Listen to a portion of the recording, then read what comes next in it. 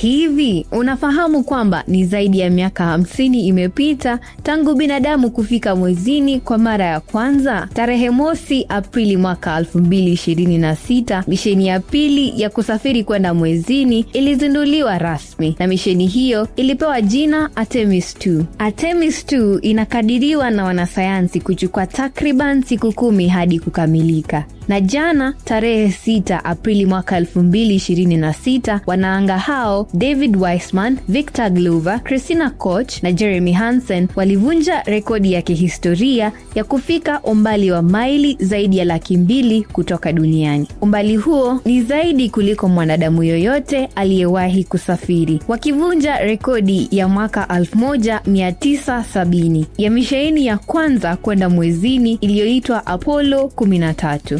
Walipokuwa wakipita upande wa mbali wa mwezi, walijiona kitu ambacho binadamu hawajawahi kuona: kupatwa kwa jua kutokea upande wa giza wa mwezi, yani solar eclipse, ambao ni vigumu kuonekana kutoka duniani. Sasa wanaanga hao wako kwenye safari ya kurudi kwa kasi kuelekea duniani kwa ajili ya kutua kwenye bahari ya Pasifiki Ijumaa hii. Tuko karibu zaidi kuliko wakati mwingine wowote kuona nyayo za binadamu mwezini. Je, uko tayari kwa hatua nyingine kubwa? Like na ufuate kwa taarifa hizi za kutua kwao.